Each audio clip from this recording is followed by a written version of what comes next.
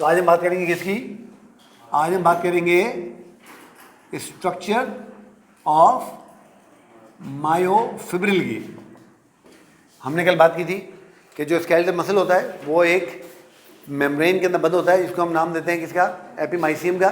फिर हमने देखा था कि जो मसल होता है वो मसल बंडल से बना होता है, और हर मसल बंडल के ऊपर एक मेम्ब्रेन होती है, उसको हम बोलते हैं क्या?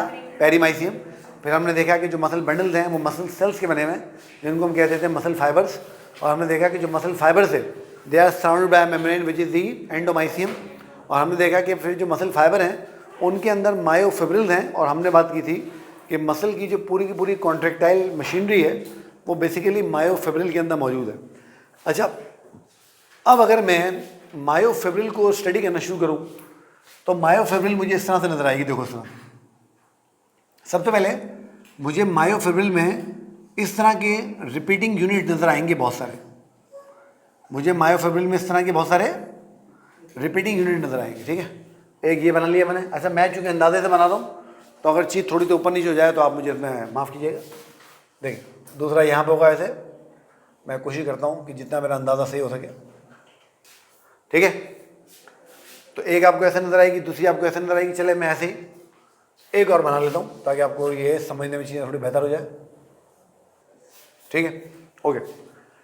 अब ये जो तीन चीज़ें हमने बनाई हैं, ये थोड़ी सी बीच में ज़्यादा आ जाए तो अच्छा हो जाए। इसको मैं थोड़ा सा बीच में कर दूँ। यहाँ बनी ना, यहाँ बना लेते हैं। ओके, अब ये जो आपको लाइन दरमियान के अंदर नज़र आ रही है, ये वाली जो लाइन है, इस लाइन को हम नाम देते हैं जेड लाइन का। किसका नाम देते हैं? Z line.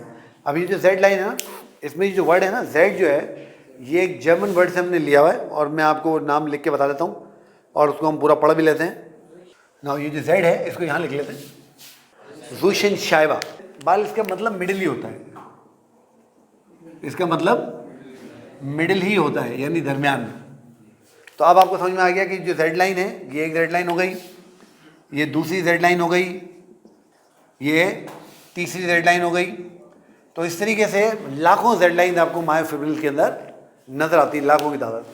अब पहली जो चीज़ हमें समझनी है ना, पहली चीज़ हमें ये समझनी है कि इस जेड लाइन से लेके इस जेड लाइन तक का जो डिस्टेंस है, इस जेड लाइन के डिस्टेंस को दो जेड लाइन के बीच में हम कहते हैं सार्कोमेयर। क्या बोलते हैं? सार्कोमेयर। और आपने ये बात याद रखनी है कि sarcomere is the structural and functional unit of muscle. Sarcomere क्या है बेटा? It is the structural and functional unit of muscle. तो ये मसल का स्केलेटल स्ट्रक्चरल यूनिट भी है और उसका फंक्शनल यूनिट भी है।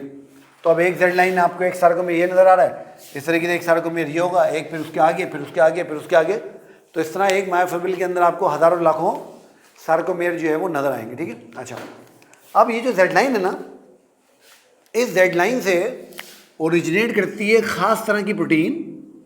इस जेड लाइन से ओरिजिनेट करती है खास तरह की प्रोटीन इस तरीके से।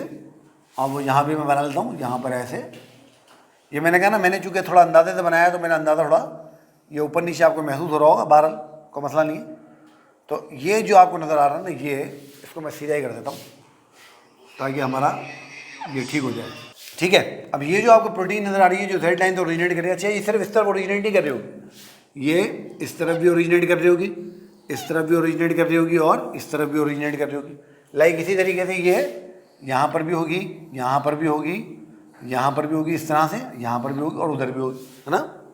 अच्छा, ये जो प्रोटीन आपको नजर आ रही है, ये प्रोटीन ये आपका एक्टिन प्रोटीन है। क्या है बेटा?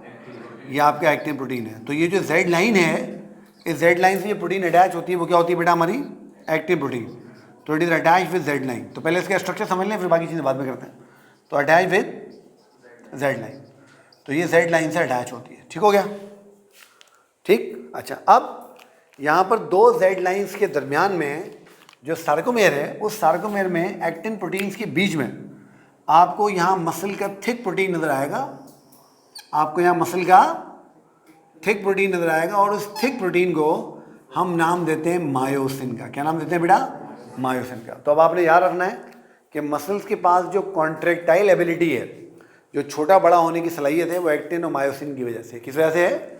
एक्टिन और मायोसिन की वजह से। इसी तरीके से यहाँ पर भी होगा, यहाँ पर भी मायोसिन होगी, फिर यहाँ पर भी मायोसिन होगी। इस तरीके से आप समझ रहे हैं आप कि एक्टिन के दरमियान में क्या होगा बेटा? एक्टिन के दरमियान में इस तरीके से मायोसिन प्रोटीन मौजूद होगी। ठीक है, हो गया। अच्छा, अब जैसे यहाँ पर है तो फिर वहाँ पर भी हो गया ना। एक दो मैं यहाँ बना लेता हूँ ताकि आप समझ जाएं कि ये जिस तरीके से उधर है उस तरीके से फिर इधर भी होगी। अब आपने ध्यान में रखना है कि एक्टिन और मायोसिन को मिला के, एक्टिन और मायोसिन को कलेक्टिवली हम लोग नाम देते हैं कॉन्ट्रैक्टाइल प्रोटीन्स का। किसका नाम देते हैं? कॉन्ट्रैक्टाइल प्रोटीन का। तो ये मायोसिन है, तो याद रहे मायोसिन आपकी थिक प्रोटीन है या थिक फिलामेंट है, थिक फिलामेंट है। और एक्टिन जो है आपका, ये आपका थिन फिलामेंट है। ये क्या है हमारा?